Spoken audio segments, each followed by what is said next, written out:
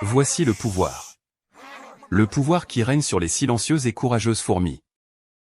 Nous sommes les marionnettes qui tirons les ficelles du pouvoir et nous mettons en scène les courageuses et travailleuses fourmis qui remplissent de blé nos escarcelles.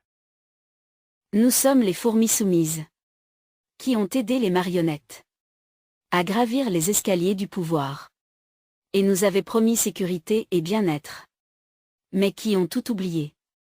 Les ingrates, en nous traitant avec ironie et mépris. Voici le pouvoir. Nous sommes les marionnettes qui obéissons au pouvoir. Le pouvoir qui veut le bien-être des fourmis. Hélas. Hélas. Le pouvoir, avec son âme de cigale, dépense tout le blé que lui a apporté les courageuses fourmis. Ne pense qu'à une chose. Remplir de nouveau ses escarcelles.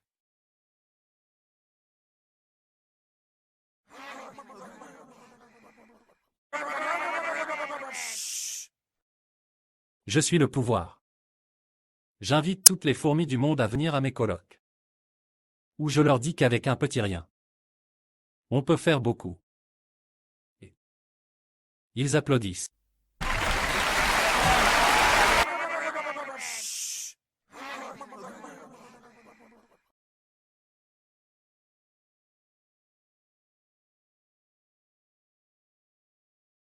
Puisqu'on m'a demandé de faire un discours, je vous signale tout de suite, mesdames et messieurs, que je vais parler pour ne rien dire. Je sais, vous pensez, s'il n'a rien à dire, il ferait mieux de se taire.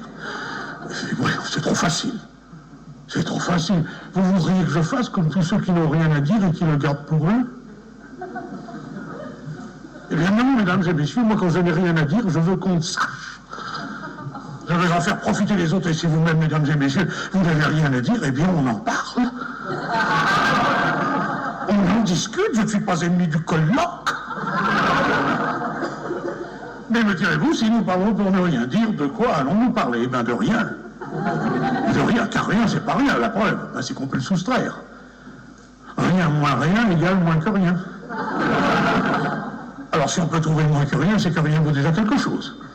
On peut acheter quelque chose avec rien, en multipliant. Bon, une fois rien, c'est rien. Bon, deux fois rien, c'est pas beaucoup, d'accord.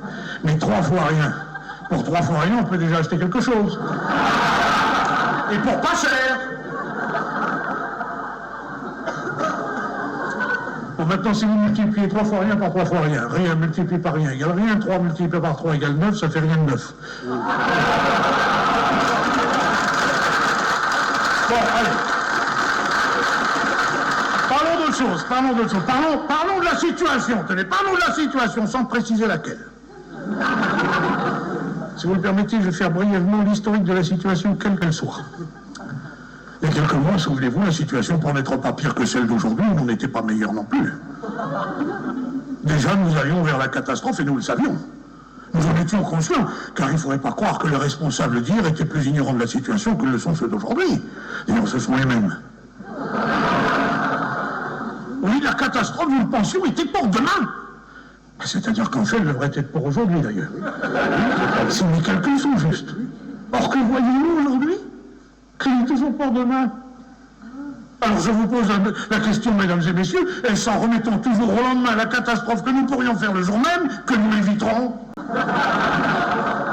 D'ailleurs, je vous signale entre parenthèses que si le gouvernement actuel n'est pas capable d'assumer la catastrophe, il est possible que l'opposition s'en empare.